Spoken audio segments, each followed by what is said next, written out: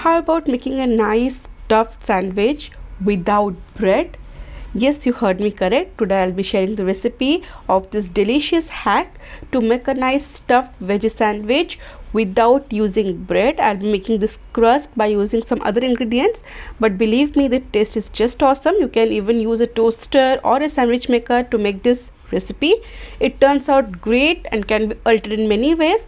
So stay tuned for this delicious recipe of breadless sandwich. Hey guys, I'm Subhankari and I welcome you all to my channel Su's Food Corner English, and I hope you all are doing great in your lives. If you're new to my page, to subscribe to my page and not forget to tap the bell button. Thank you each and everyone for believing in me. So let's begin with this yummy recipe. So for this recipe, for making the crust, the outer layer of the sandwich, I'll be using some flattened rice or poha or chuda, whatever you can call. Here I have taken around 2 cups. So first I need to wash them for around 2 to 3 times till the color of this water, the washed water, turns out to be clear. So here I have washed around 2 to 3 times. So first time I'll just show you the color. It's somewhat dusty, and gradually after 2 to 3 times it has become clear. So after washing this, I'll just keep it aside for 5 to 6 minutes, and after 5 to 6 minutes the chuda or poha or flattened rice has become extremely soft. It has absorbed the moisture and it has gained the perfect consistency to grind it. So now this goes in the blender. I'll be adding this in a blender, and water I'll add just little amount so that it can be nicely blended. The consistency can be altered, you can see. So basically first I had added a little bit amount of water and then I have added more, and the consistency should be like of that of uttapam, semi thick.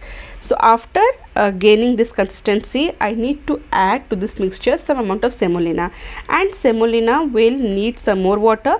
Before that I'll be adding some salt and 1 teaspoon and half a teaspoon of red chilli flakes. Depends upon your taste, you can also add some more. And at this point I'll be adding 1 cup full of semolina. Suji, in normal language we'll call it Suji, and to this goes 1 cup more of water because semolina will start absorbing water, and leave it for around 10 to 15 minutes. This is done, the batter is ready. Before using, I'll just check the consistency. Meanwhile, while it's soaking, let's prepare the stuffing. In a pan I have taken 3 tablespoons of oil. For tempering I have used some cumin seeds or jeera, and mustard seeds half a teaspoon. Add these seeds when the oil is nice and hot, and then I have added grated ginger 1 inch and some green chilies, depends upon your taste. Saute for just few seconds, and then goes 1 large size onion. After adding the onions, I always add 2 to 3 pinch of salt so that this softens quickly. For this recipe we don't want exactly brown onions, the onions should be pink. And here I have taken 1 cup of fresh green peas, and if you are adding frozen one, we'll add it later, but for this recipe, as it is season time, I have added 1 cup of fresh green peas, a little bit amount of salt, and now I have reduced the flame and covered it. I'll leave it for around 3 to 4 minutes on low flame, and this will help these green peas to soften. And now Su's Food Corner special trick, always hold its place. I will use a smasher to just smash this green peas so that the stuffing can have a nice texture and consistency. So this trick always holds good, and after few seconds you can see as I have mashed it, some are mashed, it is semi-mashed tendency. And now here I have added some spices, some red chilli powder, some turmeric powder, little bit, 1/4 teaspoon of turmeric powder, and some garam masala powder.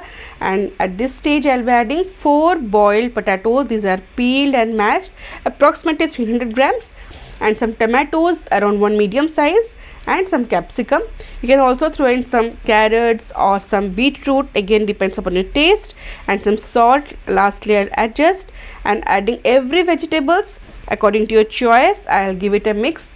As you can see, this pan is of a very nice quality. I do get a lot of questions about this pan. I have shared the link in the description box about my cookware, you can check it out. It's nicely done, nothing has stick to the bottom of the pan, and it will take around 3 to 4 minutes more. Just give it a mix, adjust salt, and at lowest flame I'll cover it for just 1 to 2 minutes max, so that the moisture will enable the flavors to get mingled. And it's done according to me, because I'll use the stuffing and it will also cook once we stuff it. And lastly, switch off the flame, add half a lemon, juice of half a lemon, give it a mix, adjust salt, and our stuffing is ready. Meanwhile, My batter has been soaking nicely. Before using the batter, just check the salt and the consistency, and then we are ready to make the sandwich. I have heated a pan, it's a non-stick pan, on medium flame, added some oil, and I'll pour the batter. You can see the consistency, it's like that of uttapam, semi-thick consistency. So accordingly you adjust the amount of water, and the semolina has nicely absorbed because we have left it for around 15 minutes. No soda, no eno, nothing is required for this recipe, and 2 spoonful of a ladle spoon of batter I have added. On medium flame, wait till it starts to get roast, and the stuffing we had made, that I had made a nice patty. Again you can make this sandwich or anything you call pancake according to your shape.